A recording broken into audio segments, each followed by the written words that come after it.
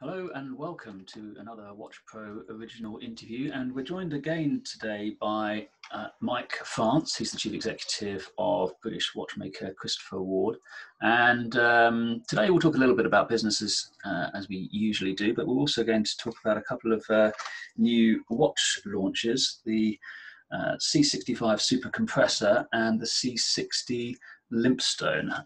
Some new concepts for the brand rather than just extensions to existing collections. So we'll welcome in Mike now and say good morning. Good morning, Rob. Good morning, Mike. How are you doing? I'm all right. How are you? Yeah, not too bad. Surviving, kept my head above water. Yeah, how's it been for you? I mean, I wonder about. I mean, you know, your industry is yeah, I mean, a tough time generally, hasn't it? Yeah, of course. You know, advertising is always the first thing to go, but I think it's we've got a fairly resilient business model where we keep our costs as tight as possible. We're obviously predominantly digital as well, which helps at this sort of time. Yeah, So our traffic has doubled, and you know, is that right? It's that's impressive. Yeah. And I mean, our America, you know, we've got a site in America as well as in the UK, and they both doubled. So that's been good, and those numbers have sort of held up as lockdown has eased. So it wasn't just people staying at home all the time and you know, and reading about watches. And we're in a lot of B2B spaces where we have good friends, and you know, we looked after people for many years, and most have been, you know, fairly supportive, not booking necessarily. We've been able to keep people to, you know, not cancelling their advertising and that sort of thing. So, you know, what's your view of the landscape forward over the next sort of half a dozen months or so?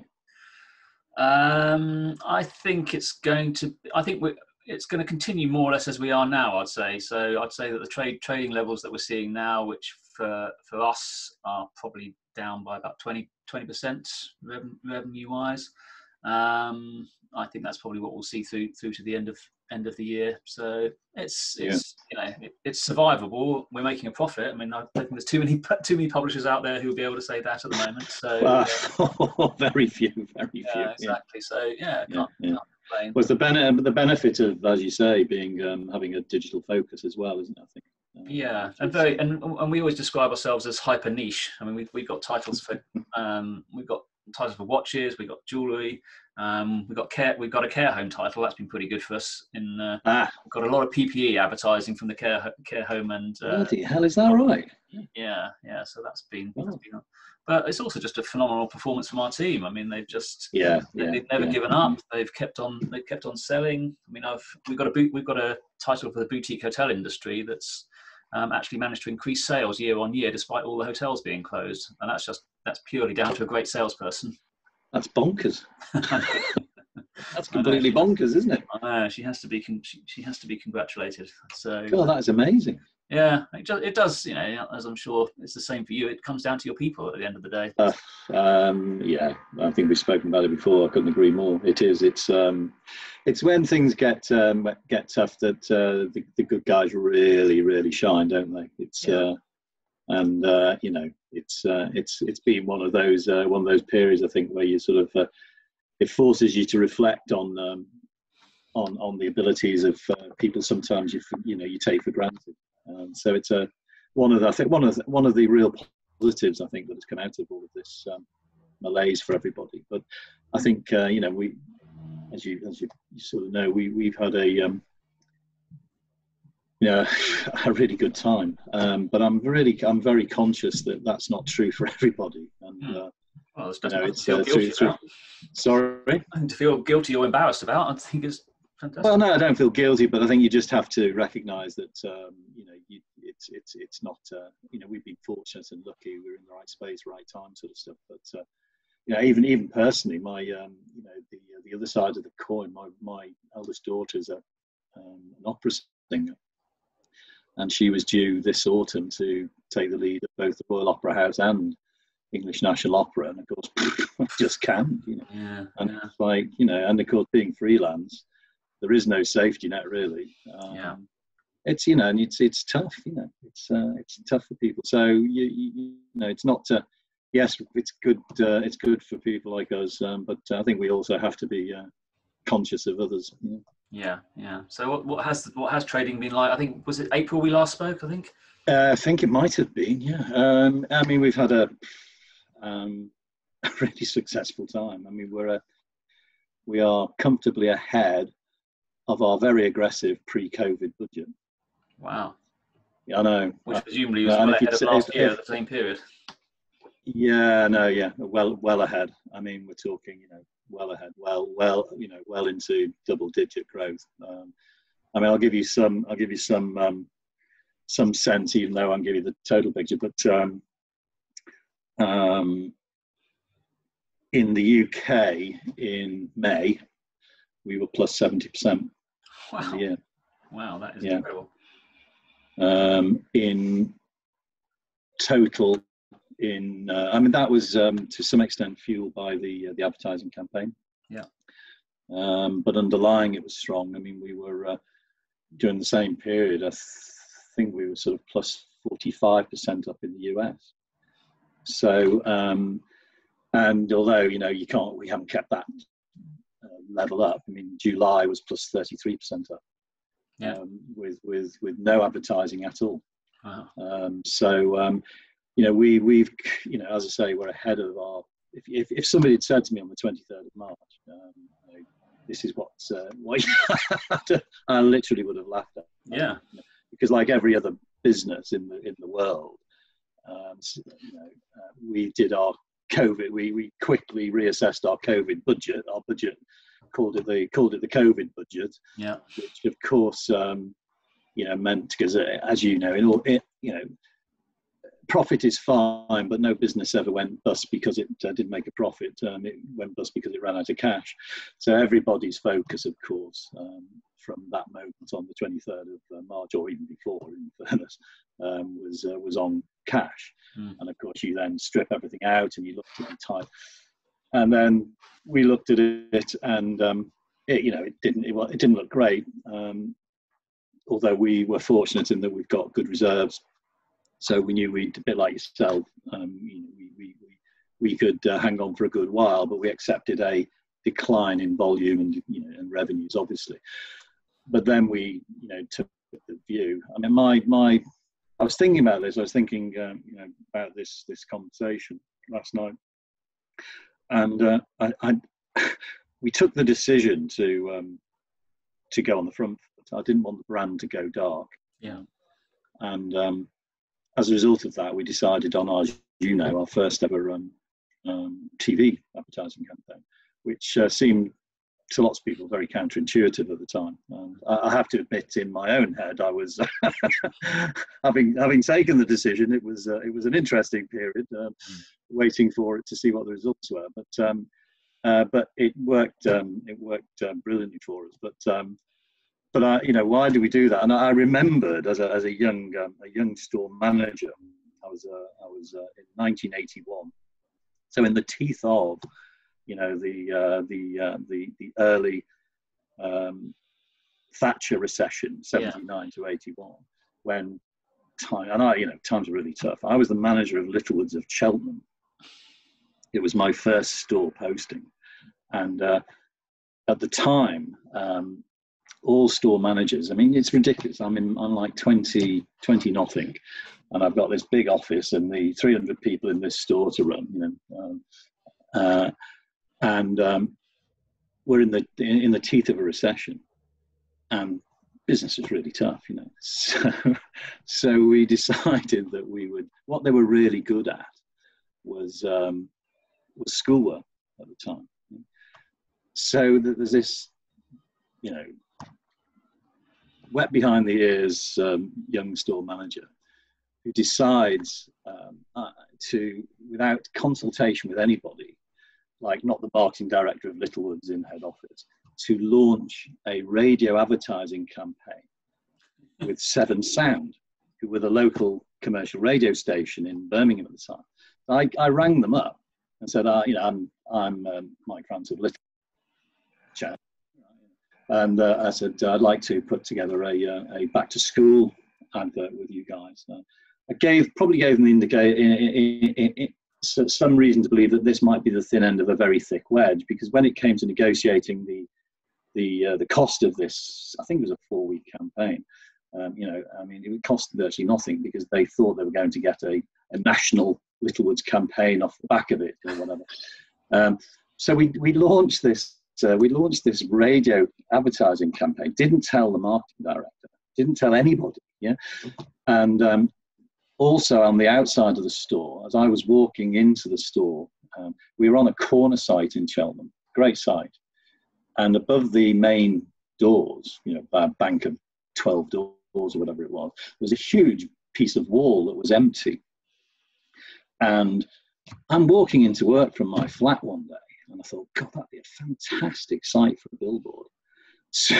So the maintenance engineer and the assistant manager and I designed and built a billboard. It was like 12 foot by 10 foot, no planning permission. I think you didn't own this wall or ask anybody whose wall it was.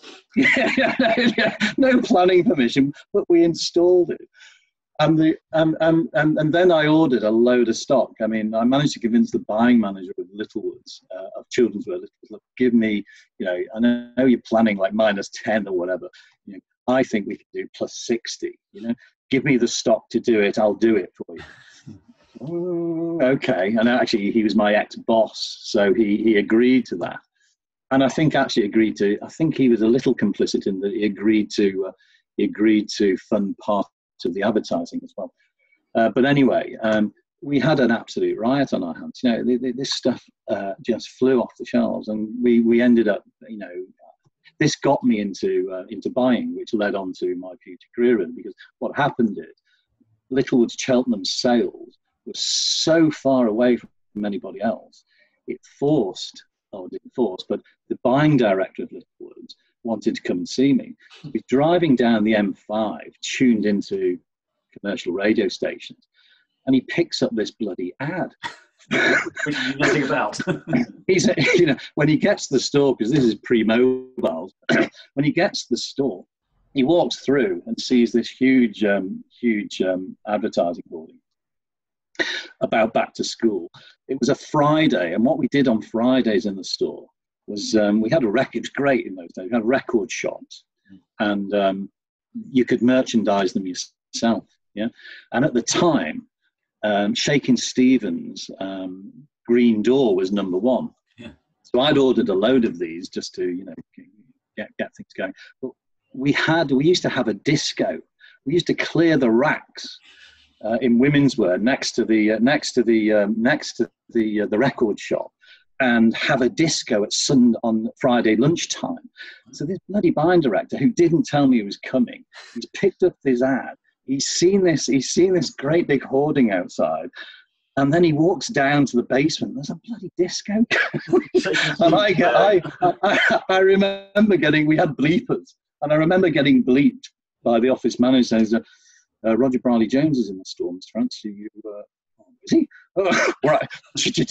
Anyway, his opening words were, "Do you want to come and work in buying?" Amazing. and what he, again, back into, these are lessons you learn, aren't they, that you then hopefully repeat if they're good lessons through your life. Yeah. In the teeth of a recession, when everybody's, we went the other way, and of course it worked. And literally, 40 odd years later, in the teeth of the worst possible climate that we could have imagined back in March, we did something similar. And, we were lucky enough that we got a similar result.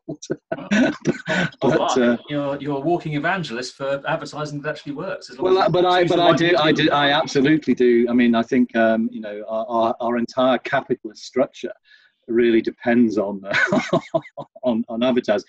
I mean, and it depends on good advertising, and it depends on having good product to advertise. So it's, if you've got a good mixture, then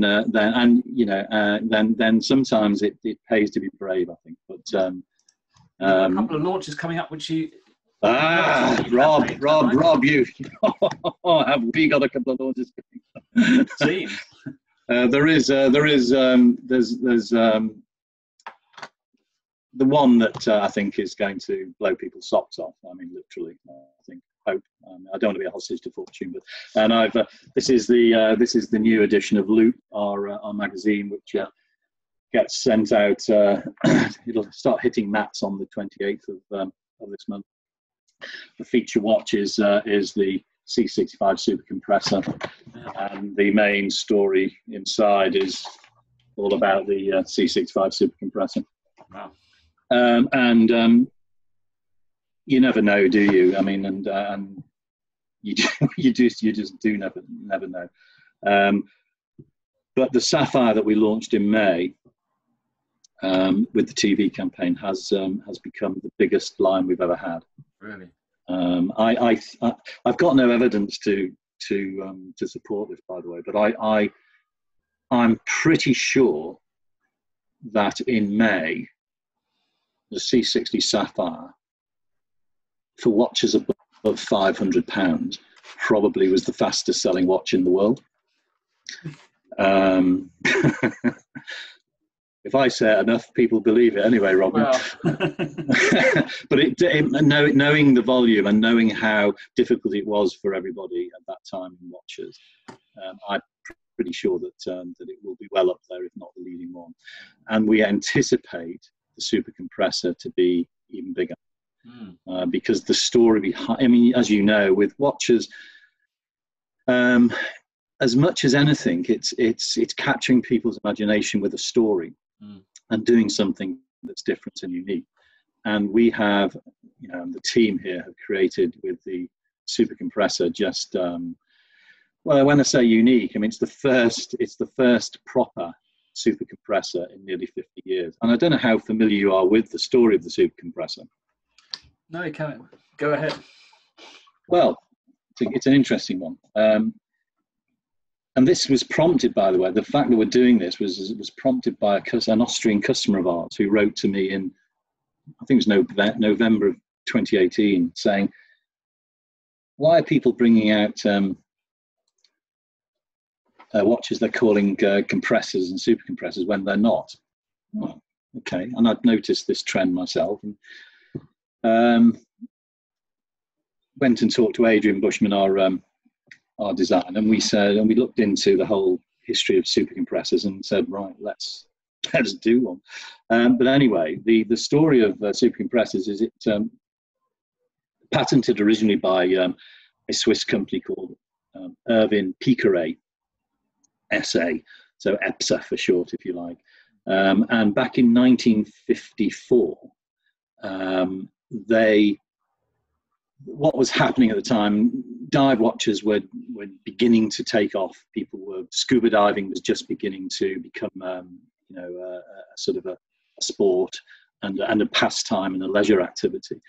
But the watches of the time, because of the tolerances that people were working to and the poor nature of gaskets, very brittle and would break down very easily, you couldn't dive very deep. And you couldn't dive very long without some problem occurring to your watch. So Piqueret, back in 1954, devised, in the first instance, something they call a compressor, which led on to compressor 2, which then led on to the super compressor. And the theory behind the super compressor is the best of what they did. The theory of which being that as you dived, the back plate of the watch would compress, therefore making everything tighter and more watertight, which allowed the diver to dive deeper. So this was this was like an Apple Watch of its time. This was big news in 1954 and beyond. This was huge news in the industry, and more than 100 brands did they utilizing the patent at the time that Piqueret had. More than 100 brands, and you're talking, big brands, Blancpain, IWC, Jaeger-LeCoultre, all these brands started creating super compressors. And they became the go-to dive watch for professional divers, of course, because these watches now allowed them to go deeper, which is one of the reasons, interestingly, at auction, these go for a lot of money now. One in mint condition of a good brand go for a lot of money, $10,000 and beyond. And one of the reasons for that is because there were so many of these watches were used by professional divers, of course, then they're battered. Yeah. So to find one that's in pristine condition is, is big news. So you have to pay well over the odds. So we looked into the world of super compressing back in Irving Piqueret went to the wall back in 91, and they stopped making super compressors. The last one, I think, was manufactured in 1972. And then the world changed over time, and our ability, with the advent of CNC machinery, with the advent of much improved gasketry, you didn't actually need a super compressor to allow you to dive deeper, and still you don't. And yet this was one of the cleverest inventions in watchmaking, outside of complication type developments. This is a hugely impressive piece of engineering that Piqueret did. So we said, well, why don't we try and bring it back to life? It's part of the retro theme, that's going on in the world. We have a retro dive collection. This would be the icing on the cake if we could produce it. Easy to say, not so easy to bloody do. And it stalled for a while because our engineers and our case manufacturer and it's like, no, we're going to have to reverse engineer. I mean, this is like, hang on, we don't even know where to start. The blueprints aren't available. So what we actually did, Adrian and I, we bought an old one, the proper one, and the engineering team literally reverse engineered it. And we're very fortunate in that we work with one of the best case manufacturers in the world.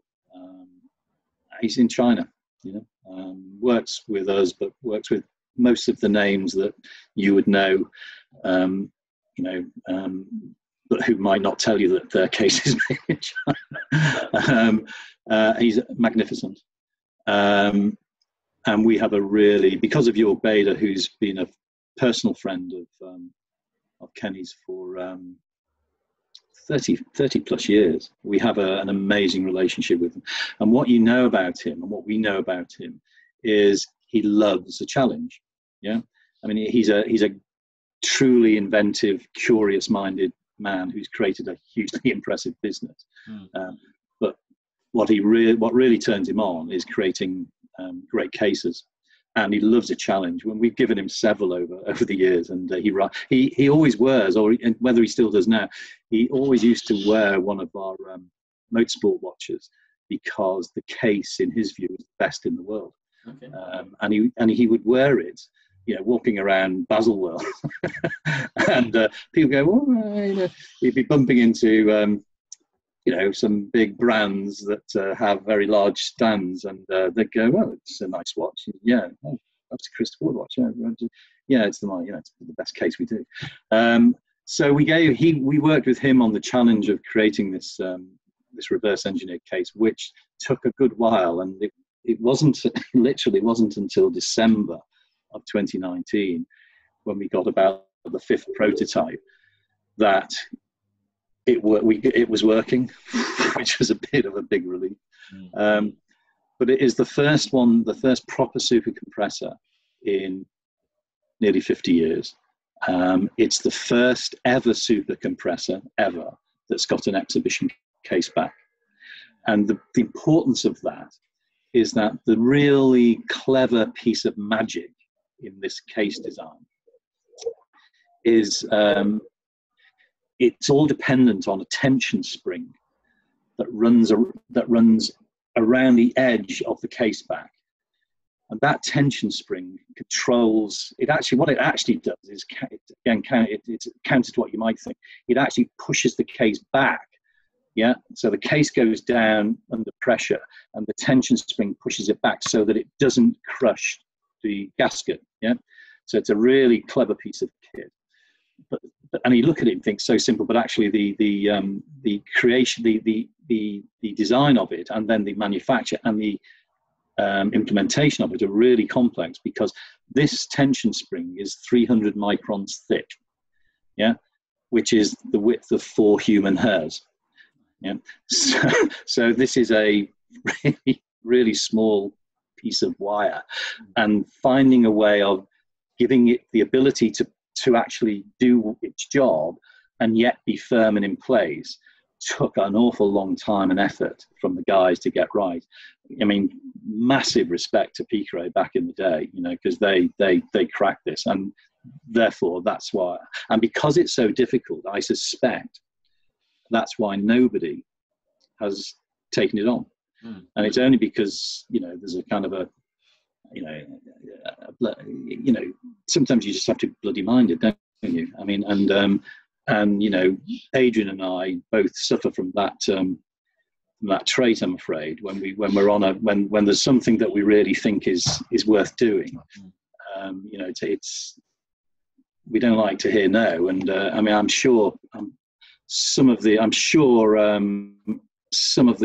comments about me from the design team and the engineers at times were not complimentary during this process, but they delivered it, and we have got the most incredible launch, I think. I mean, do you know Ken Kessler? Yeah. Ken is you know, knows a few things about watches. Ken's actually written the article in here about it. When I first broached the subject with him, he didn't believe it. I mean, he was he's quite open, isn't he, with his no. He'll tell you. He'll tell you. And he said, I said, look, Ken, honestly, we have. And he said, no way. Anyway, we showed it to him, and he was absolutely, I mean, blown away. He thinks it's the story of the year in horology. But I just think it's a fantastic story of, you know, as you said, about people. Yeah. You know, it's not, you know, it's a great piece of technology, but the story is about the people creating the technology and the determination of those people to crack a problem, and produce something beautiful as a result. And it's not only is it the engineering feat, it's also, we're launching with it the first ever cushion case design. So it's in a brand new case, which reflects the period. So we're looking at the period that this was really at its zenith, was in that sort of end of the 60s, early 70s period, when cushion cases were de rigueur. I was going to say that. So that cushion case is actually, that's nothing to do with the definition of a super compressor. No. But most super compressors came in that cushion style. You know, whether and that was just that these sorts of watches. That was an aesthetic associated with that that time, Rob. It's absolutely. And other watches other than super compressors came in cushion cases at that time. It was one of the sort of design sort of looks of that era, from the sort of mid 60s through to the mid 70s. And we've reflected that, because it's a retro dive watch for obvious reasons. The things that mark out the originals in terms of are two things, because Piqueret, having patented the invention, obviously then sold it on to other people. But they wanted to make sure that the genuine Piqueret version was noticeable. So they did two things, which we have reflected in our design in a Chris Ward way. But on the 2 o'clock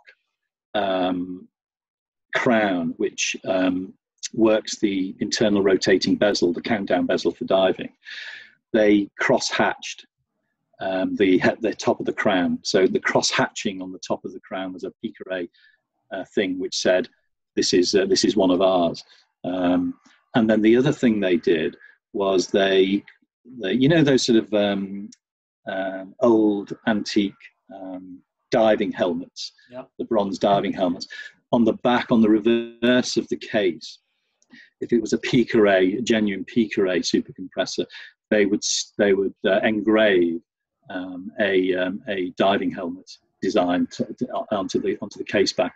And we have done our own version of the cross hatching on the 2 o'clock crown, and we've also got a small diving helmet on the case back as well. But the fact is, with ours, in fact, it might not be that's the reverse of it. So it's and if you see the orange ring Yeah. is underneath that, the tension spring exists. And if you can just about see, I don't know if you can, that the lozenge shapes cut into that orange ring, Okay. you'll be able to see the tension spring through that.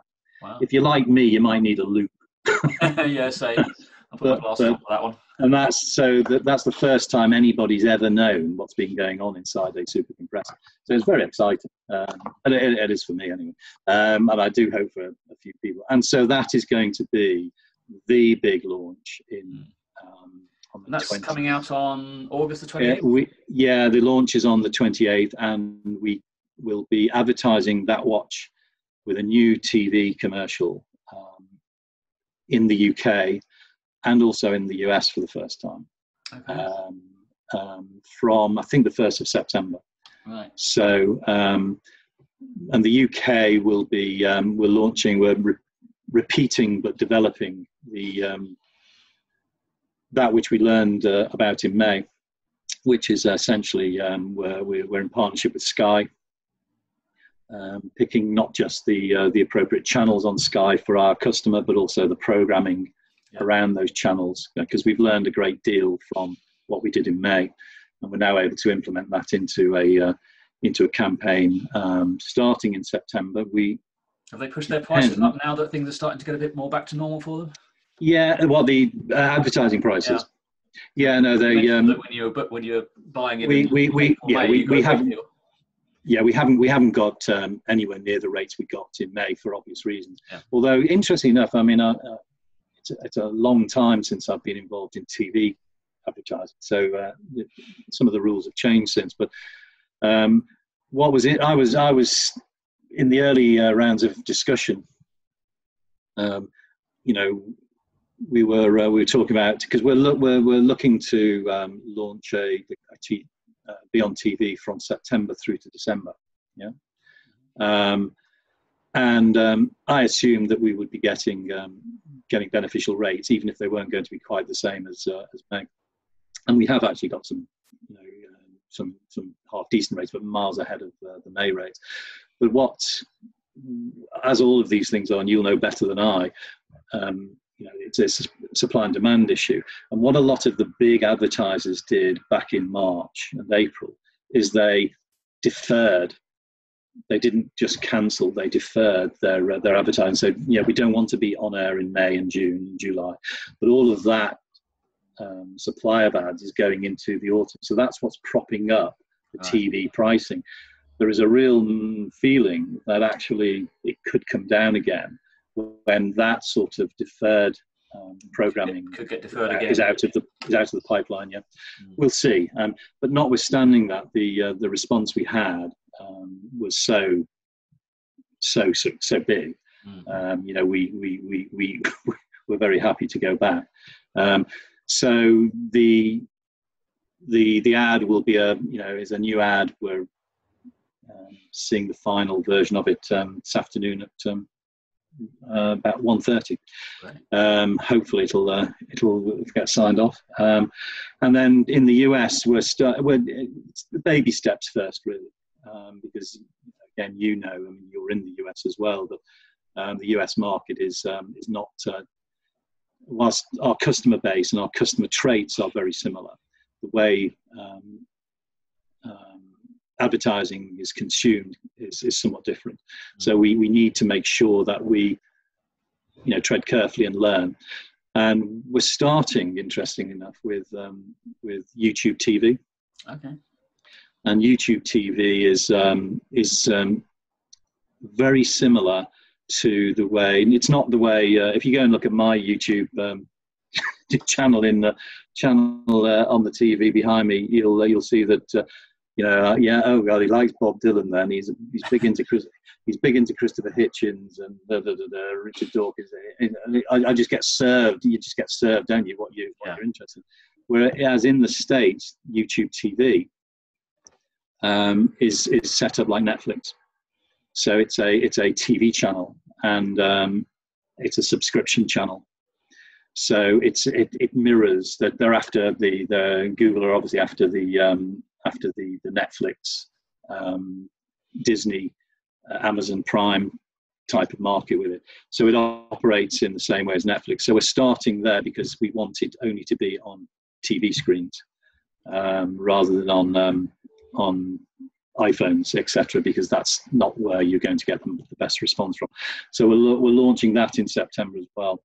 And the beauty of that is, of course, you're able to tune it up and down almost daily and weekly, depending on the responses. But that's part of a campaign, not the entire campaign in the US. We've also struck up some relationships with some of the interesting partners, and including yourselves, I hope. Okay, but we've taken a view. We're still very, very nervous about. This is why I'm interested in your sort of feel for this. We're very nervous still about print titles, and we've probably led the way. Others have followed since, but we led the way, for instance, with in-flight magazines. Right.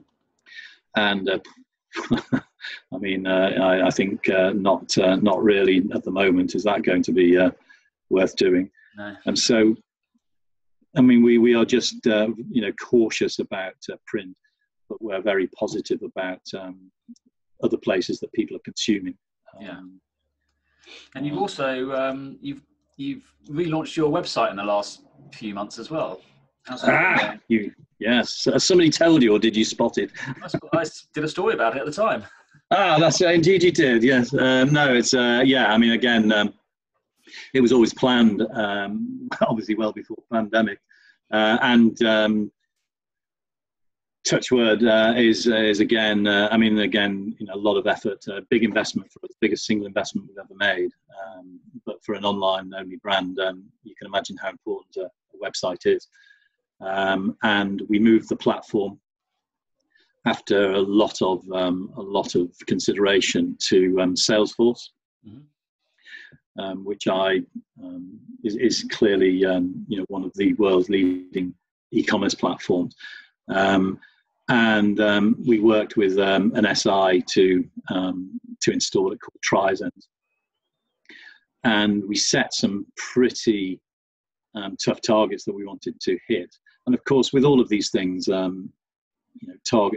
these things evolve over time.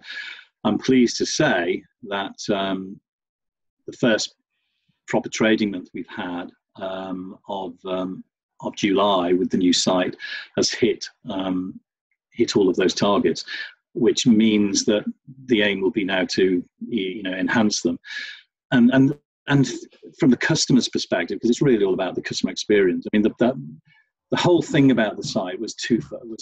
Really, I wanted to put Loop magazine at the centre of the experience, because we have the most incredible editorial as a brand. We produce quarterly magazines of, I'd like to think of good quality, not just about watches either.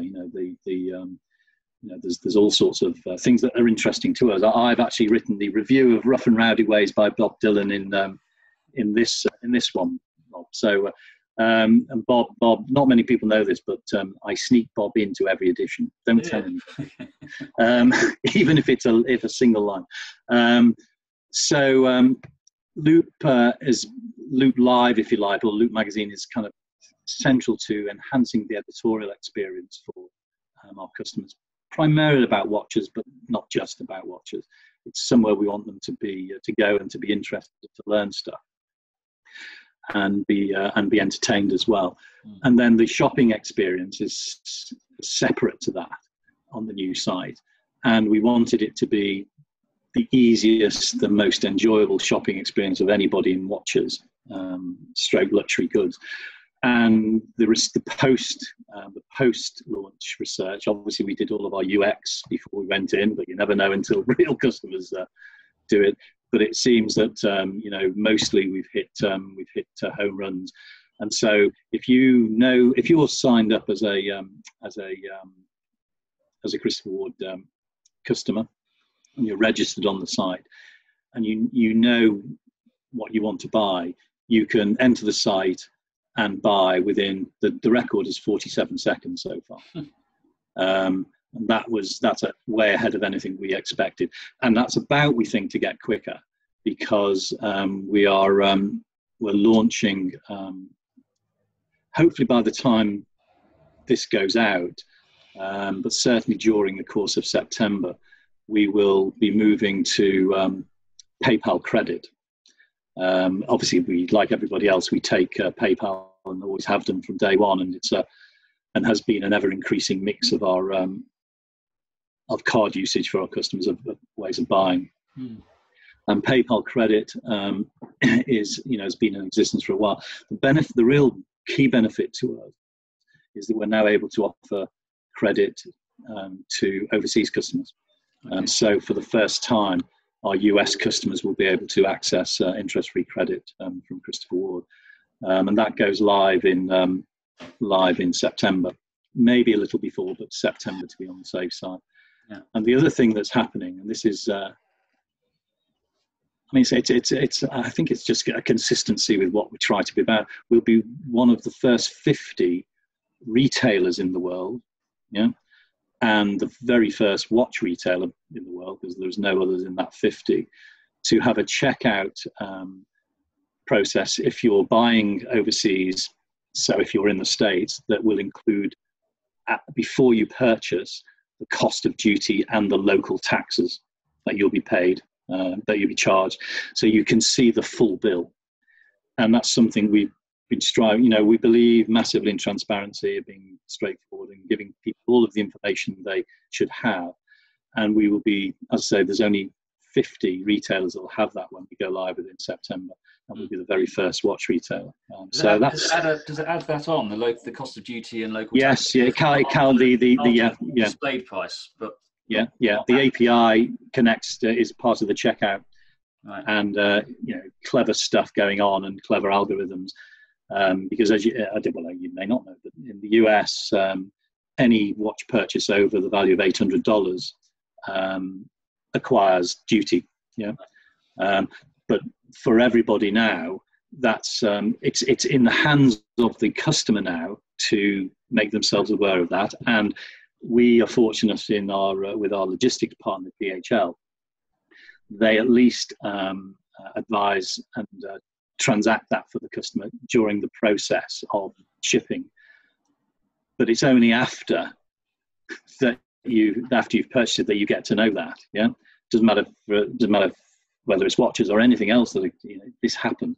And of course, that's if as a customer, that's not what I want to know, really. You're hit with that extra cost after you've actually paid for the watch with Christopher Ward. You're getting an extra bill from DHL when it comes through customs, or no? At the moment, yes, and that applies to every other retailer in the world, or every retailer in the UK who's shipping anything to the US.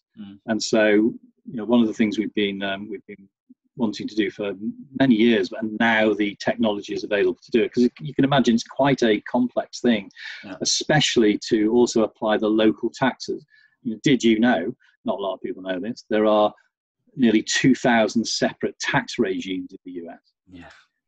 It's mad, and this will calculate, no matter where you are, exactly the tax regime that's applicable to you.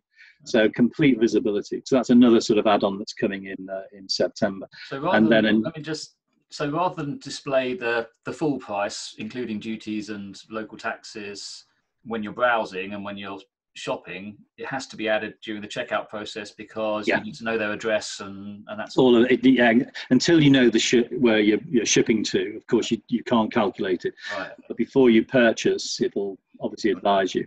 And there are flags, as there are in our process now. There are flags through the system saying, remember, duties are payable. But what we've not been able to do so far is calculate that for you. And your local tax, and this allows you to calculate it. Do you pay it there and then as well, or do you still have to pay it when the watch arrives in the country? It's payable at that point. It's payable at that point. So the whole thing can be done online. It's all looked after, and of course it doesn't come to us. It goes to the American government or whichever government it is. But it's all calculated, sorted out in that one transaction. That's all you have to worry about. Why do you not just warehouse over in America? I know you've said before that you.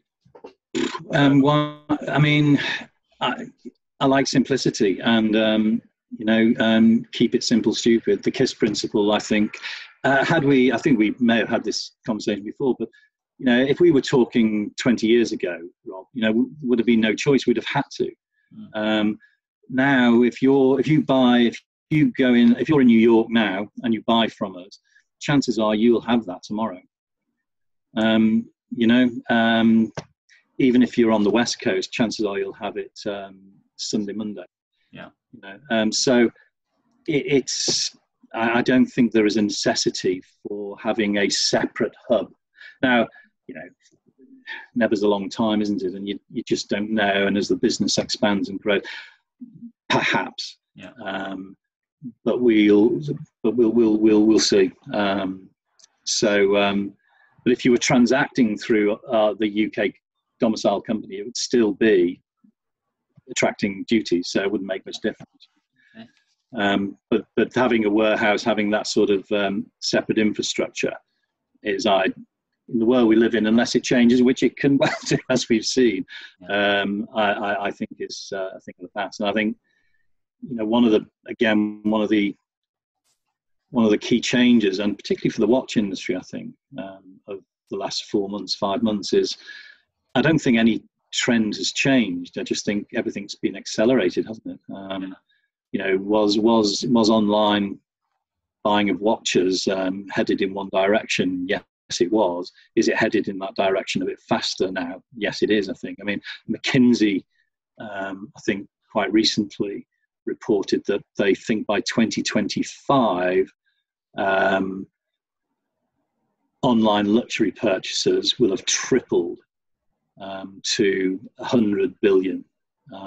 Watches is part of that. It's not the whole lot. At the last year, 2019, I think it was 33.3 billion online purchasing of luxury goods. Obviously, the total is much bigger. But they're now seeing that.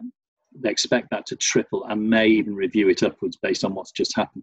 So you're seeing this huge acceleration of online. And I think one of the other benefits for the industry in the long term is, I think I'm really pleased to see some brands who seemed reluctant or slow to move into e-commerce being forced into it, and rightly so, and reacting to the situation by getting online. And I think there's some really good stuff going on. I think Zenith's what do they call it? Their sort of hub or whatever it's called, where they, the closed shopness of the Swiss luxury watch industry for so many years has been an anathema to us.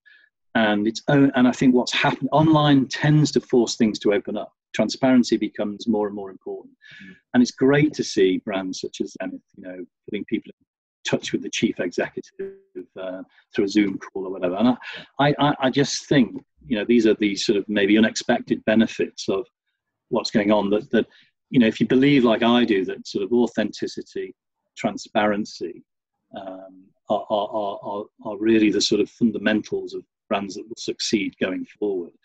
Then I think putting your arms around e-commerce is going to increase the pace of that, and that can only be good for the consumer.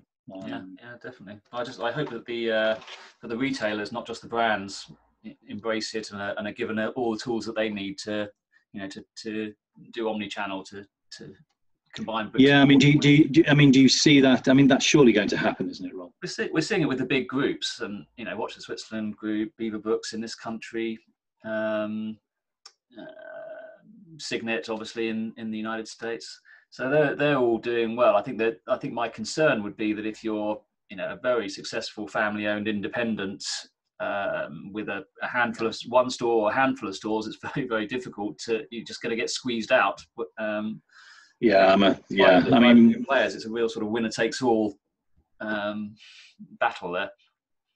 No, I think, and again, if we're looking at trends that were in existence pre-COVID, then that was another one of those trends, wasn't it? And again, I do think consolidation will accelerate both in distribution as well as in brands. I mean, I think we've yet to see anything. I think there'll be huge fallout of brands, not just distribution.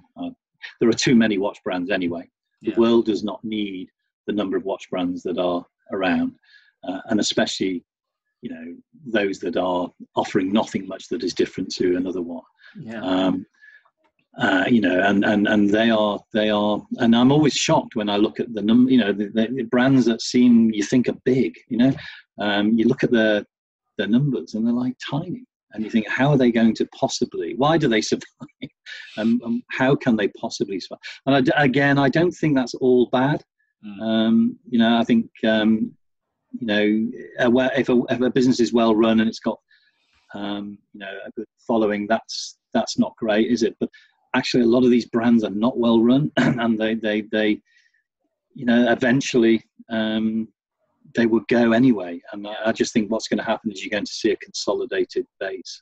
One of the things about the transparency of online is it can really expose brands that are not as popular as they might like to think they are, because the prices get trashed on Chrono24, and then where are your authorized dealers? Yeah. No, exactly right. And there's the transparency of price. There's also the transparency of provenance as well. That's happening bit by bit, and I think there are going to be some people who resist being open with their customers are going to suffer unless they can determine that they're going to become open about stuff, and it's well overdue. I mean, the industry has been far too opaque for far too long, and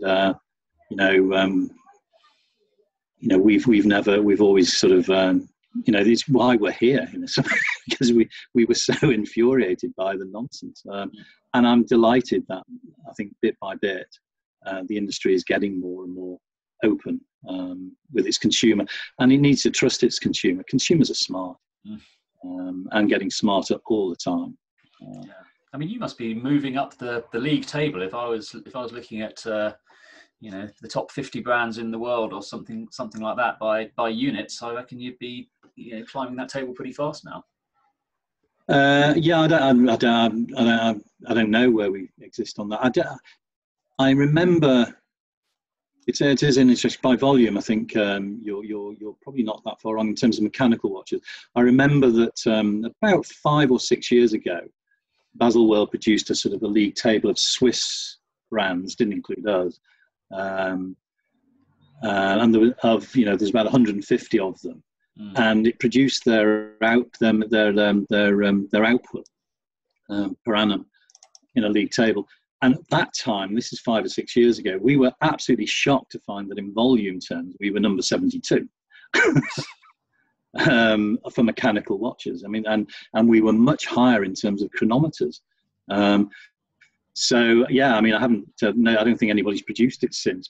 But there's a Morgan Stanley study. I'll just. Is there? I should be able to share this on. Let's see if I can. You should be able to see this. Good man, Rob. Good man. So that's in terms. This is for 2019. So yeah, 1 million sold for Rolex, 720,000 for. I mean, that's in unit terms. I mean, you've talked before about what 30,000-40,000 units. Well, yeah. I mean, not quite, but yeah, headed that way. But yeah, I mean, yeah, we're going to be. You're going to be in a Blancpain.